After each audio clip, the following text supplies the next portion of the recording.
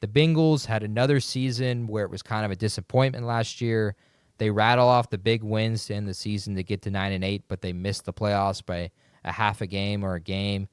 The big question again for this season is, can the Bengals start the season hot? So if you got that was a late addition to the graphics. I don't know if you have it. If you have it, throw it in there, please. If you don't, I've got it right here. The Bengals start of the season, the last 4 years. Last year they were 1-3. In 2023, 1-3. In 2022, 2-2. And then the year they made the Super Bowl, they were 3-1 to start the season. So that's something for Bengals fans to look forward to immediately is, can we start the season hot? And I will ask that question here in a little bit. But I want to get into the big story for the Bengals this offseason. It's been all the damn contract negotiations. And we'll go in chronological order. In March, Jamar Chase and T. Higgins signed contract extensions on the same day. Jamar signed for 4 years, $161 million, making the highest paid non-quarterback in NFL history. That same day, T. Higgins signs for 4 years and $115 million. So the dynamic young duo will stay in Cincinnati for the next 4 years, and that'll get me to my next graphic. It is a question for the other two contract negotiations of this offseason. It's Trey Hendrickson and Shamar Stewart. So you had the big signings with T. Higgins and Chase, but Trey Hendrickson at this moment still doesn't have a contract extension. The 30-year-old led the league in sacks last season, with 17.5 on a team that trailed much of the season. They were an awful defense, and he had 17.5 sacks. It's truly remarkable numbers for the former Saint as the true, really only pass rusher for that team. So he was getting doubled a ton, but he led the league in sacks with 17.5. Shamar Stewart also does not have a contract at this time. He is in a dispute with the Bengals over the wording in his contract. Now, a big thing to note, and this is something I heard earlier this week from Ian Rappaport that has not hit the mainstream and has really not been talked about enough, which is unfortunate. But the wording in his contract is not a new thing. Roughly half of the teams in the league use the exact same wording that the Bengals are trying to use in Shamar's contract. And the Bengals are now just another team trying to use that kind of wording. And for the most part, in only extreme circumstances, does it actually change the amount of money that the rookie can receive. So the first-round pick, Ian Rappaport thinks, is more than likely he's going to sign his contract. The dispute is really just like hey, this kind of feels like a scumbag move of like, y'all haven't been using this wording before. Why are you using that with me now? Sure. But if you flip it on the other side, the Bengals are like, well, the rest of the league, half the league has been using it. Like, let's get on this now. Let's start using it now. Yeah. It's just it's a tough spot. It's a brutal offseason for them because of all these contract negotiations and all these questions. And then on top of that, like, they nearly had to move out of their stadium. They were in a big dispute there. They were only under contract for this season. And after that, they could leave Cincinnati. Like, they could go somewhere else. But they were able to get that figured out. They're going to do a big remodel of the stadium. I don't know when they're going to do it because it's hard to remodel the stadium and then still have fans come into the building at the same time. And the offseason is basically already passed, so we'll see when that happens. But they've agreed to a remodel, and they're under contract for a little bit longer, so they're not leaving Cincinnati. So for them, the offseason was just so many contract negotiations, and it really just didn't get into the actual team. And the team, because of that, I feel like just was kind of underwhelming in terms of the way they approached their offseason. Obviously, you spent a lot of money in Chase and T. Higgins, and I assume they have money aside for Trey Hendrickson, but their only signings in free agency are Samaje Perine, they brought back from the Chiefs, and Lucas Patrick, an offensive guard for the Saints, who was not good last year, I can tell you from a Saints fan. So not really a great addition there. In the draft, if you want to throw that graphic up there, Sanders, I felt like they had a good draft. They add some Shamar Stewart. I think it's going to be a good piece. Jack, I agree. Opinions on Shamar Stewart as an A&M guy? Athletic freak that didn't really produce from a sack standpoint, which will kind of pop up to most people, only having like 4.5 sacks across 4 years. But like I said, athletic freak. And I think a lot of the sack stuff was more of a scheming piece in what he was asked to do. He can win with power, he can win with speed, and to be a really successful consistent pass rusher in the NFL, you have to be able to do both. So I think he'll be a great piece. It may take him a little bit to get going, especially as he's been missing all these workouts and stuff. But when he does, he should play well. Yeah, I think he's going to be a great addition. They also add Demetrius Knight Jr. from South Carolina, linebacker. They add Dylan Fairchild, an offensive guard from Georgia, and then Barrett Carter from Clemson, who, for me, a Tiger fan, Barrett Carter is a really good player. Demetrius Knight Jr. and Barrett Carter are actually going to quickly be pushed into the starting snaps for this Bengals defense. They're both in my opinion, they're going to be high-level middle linebackers, but they're rookies. They're both really skilled at stopping the run, which is going to be helpful in a division where you play the Browns and you play the Pittsburgh Steelers, who are going to run the ball a ton with Aaron Rodgers, and then with the Ravens, one of the best running team in the league last season outside of the Philadelphia Eagles. Their off-season losses, though, they lose Alex Kappa, an offensive guard. They lose Jermaine Pratt, who was a big cornerstone in that defensive linebacker group. Khalil Herbert is gone, who they traded for last season from Chicago. And then Von Bell leaves to free agency. So my first question to y'all is, with these additions, Shamar Stewart, Demetrius Knight, Barrett Carter are going to have to jump in and immediately be impactful. Do you think this Bengals defense can just play average defense? Because they also lost Lou Anarumu, but they add Al Golden from Notre Dame, their defensive coordinator. So they're high on him. Can we expect maybe some average level defense from the Bengals this season? I personally don't expect that. Just kind of looking at the pieces in and out the door and how bad they were last year, and the contract stuff still going on. I don't see any reason necessarily to expect that. And that'll be reflected down the line in terms of my win-loss prediction.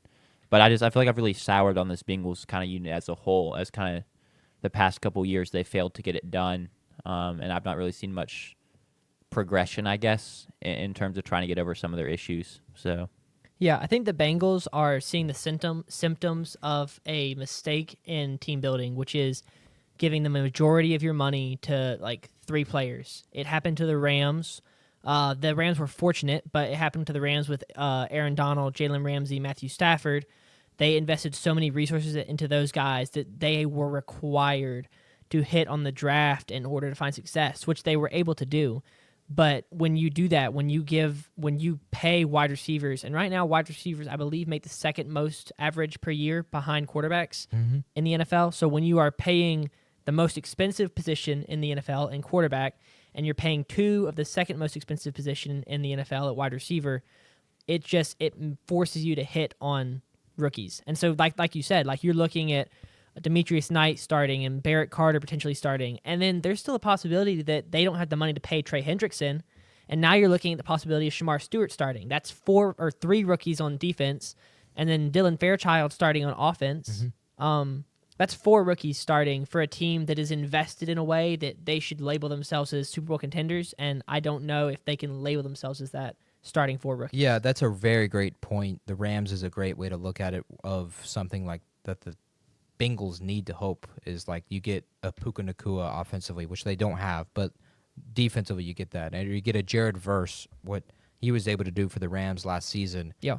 Mike Hilton is a free agent. He was a cornerstone in that cornerback group and really a big leader of the defense. So losing him, Jermaine Pratt, and then Trey Henderson says he's going to play, but there's still questions there, especially if he doesn't sign the contract.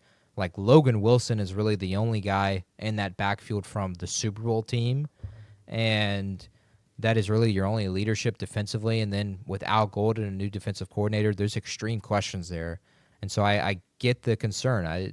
I don't think the Bengals can play average defense as well. I think it's going to rely heavily on the offense again, who last season were absolutely terrific.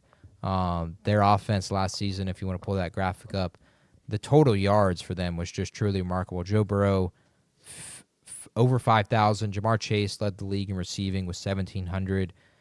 He was the best player in fantasy football to go along with Saquon Barkley last season, and that showed because in my fantasy league, Jamar Chase was on the team that had the best record in the regular season, but the team that won the Super Bowl and the team that won the fantasy football championship was the team that had Saquon Barkley and me.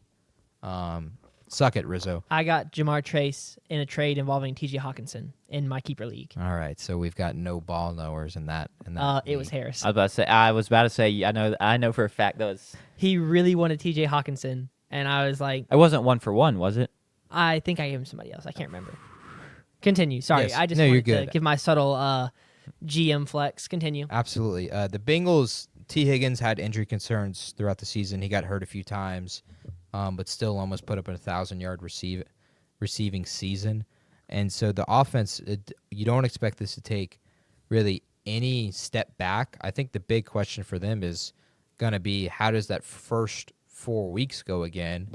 And they play at Cleveland to start the season, which is a team Joe Burrow has struggled with a ton. Jacksonville comes to the Bengals in week 2, and then they go at Minnesota and at the Denver Broncos on Monday Night Football. So an opening schedule that is not necessarily that easy. Sanders, you have them going 3-0 and then 3-1 to start the season. You're really high on the Bengals this year. Yes. You have them going 13-4 this season. What do you love about this Bengals team to make you say this is a team that's going to actually start the season well and then finish the season well at 13-4? I think that they're going to start off better than they did last year. Last year, I don't understand. They started 1-3, right? That is just Lost to the Patriots week 1. Yeah, that was unacceptable. I think that their first 3 games of the season set up a little bit better.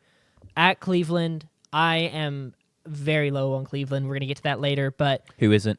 yeah, for real. I mean, they're going to be playing either a rookie quarterback or Joe Flacco or Kenny Pickett, right?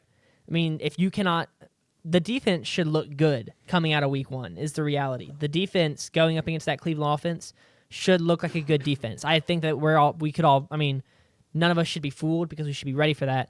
Jacksonville at home, I'm not very high on Jacksonville. I think things are getting a little stale over there in Jacksonville. And then at Minnesota, once again, should be playing a young quarterback in J.J. McCarthy.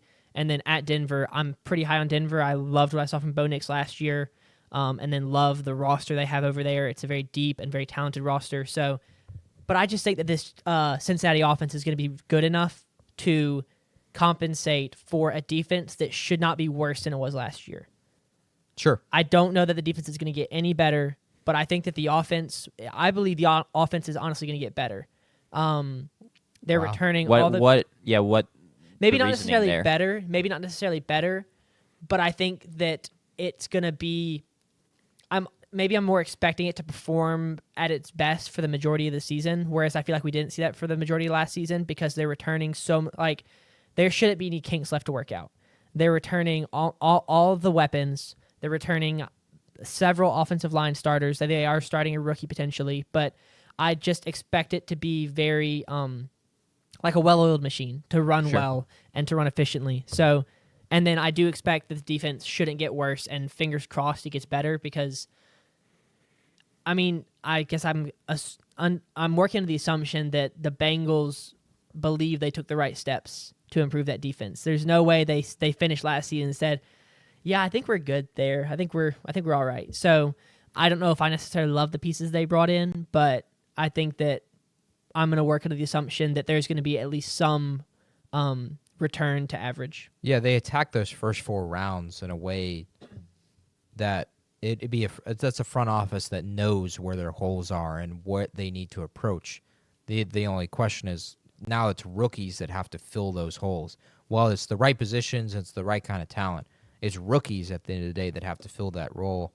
For them, I'm really not concerned, but it's going to be interesting this season. Like, offensive line is really not good at all. They're going to be Orlando Brown Jr. is going to come back, who went on a press tour for whatever reason last week, was on a few shows and was talking about the Bengals. Dylan Fairchild is probably going to start at offensive guard. If not, they're going to start the cheater, Cody Ford, who cheated on that one TikTok girl, which if you have a girlfriend, you know what that means. If you don't, it's okay. Move on. It doesn't really matter. But they lose Alex Kappa as well, who was a starter for many seasons for them and was on that Super Bowl team as well. So offensive line is a serious question for me. But, I mean, the talent's so damn good. I wonder this season if now that we finally have gotten through all this contract dispute on the offensive side, at least, with Joe Burrow, Chase, and T. Higgins, are they going to just, let loose and just produce and just go all out and not care. And the other question is, are they going to stay healthy? Because Yeah. outside of that first rookie season for Jamar Chase in that Super Bowl year, they have not collectively as a group stayed healthy for an entire season since then, and it's really held them back. And so it comes down to that. Can they stay healthy because you're giving them so much money? Like, the guys behind them are not going to be as great. People might be high on Yoshi Voss because Don't sleep on Yoshi Voss. because he's a gymnast, and people might be high on Trenton Irwin. Is that his name? And they have the two white guys who come in there. I don't see Trenton Irwin on this depth chart. Okay, cool. So he might not be on the team anymore. But it's the guys are being paid so much money that they need to produce, and they have. I have to give them credit, but can they stay healthy, and then can they produce again? Because this is the engine of this Bengals team this season. Jack, you're pretty low on them. You've got them going 9-8 this season. I'm middle of the pack. I have them going 11-6 and making the postseason. So where are your concerns for this? Would be now the third straight season for the Bengals to go 9-8. Yeah, I mean, I think it's simply looking at the history, and in my eyes, in a lot of ways, I don't think they've improved as a unit that much from last year to this year. They did attack defense in the draft, but I think if you asked their front office and they, didn't give a football answer, like it was full transparency, they would be like, yeah, we wish we could have done more. We just didn't have the money to do it, right? Yeah. I don't think they're necessarily happy with where their defense is either. And then some of the scheduling. I mean, they have to play the NFC North, which doesn't help at all. I mean, you look at them starting 2-4 with losses at Minnesota, home against Detroit, and then at Green Bay. I think it's a pretty tough draw there. And so it's the combination of the schedule and then me just kind of souring on the group as a whole, as a kind of feel like we just go year to year with a team with a lot of offensive talent, but a defense that's not up to par. So. Yeah, those are all fair. Collectively, as a group, with our technical foul picks, we have them going 11-6, so that would be a postseason team. Another concern, or not a concern, things to look at this season. You got the Thanksgiving game. Joe Burrow was complaining about them having to play at Baltimore, and then when they host Baltimore, it's just a day game at 1 p.m. That will happen again this year. They'll play on Thanksgiving night at Baltimore. It was such a fun little 3-week stretch there of at Buffalo, hosting Baltimore. What an interesting stretch there. And then you have an interesting stretch of at Minnesota, at Denver, hosting Detroit, at Green Bay. Like, there's some interesting stretch where things can get pretty hairy for this Bengals team. And again, like on this schedule, you might have some teams that could explode that you don't expect. Like, I know we didn't expect them to lose to the Commanders last season on Monday Night Football in Week 3, but they did. Jaden Daniels ate them alive and then continued on his run throughout the season. So Bengals, this one again feels like Super Bowl or bust. Yeah. For me, it would be playoffs or bust. I think they have to make the postseason. And if they make the postseason, I think like last year, their offense was so good. They were going to win a game in the postseason because it was so elite. They need to make the postseason to give themselves a chance. But to do that, they've got to start the beginning of the season off hot. They need to at least get to 2-2. When they were 2-2 3 years ago, they made the conference championship game. The past 2 seasons being 1-3, they finished 9-8. So it's the start of the season, and then these contract disputes, if they can get those going and handled, then maybe this is a team to look forward to going forward this season.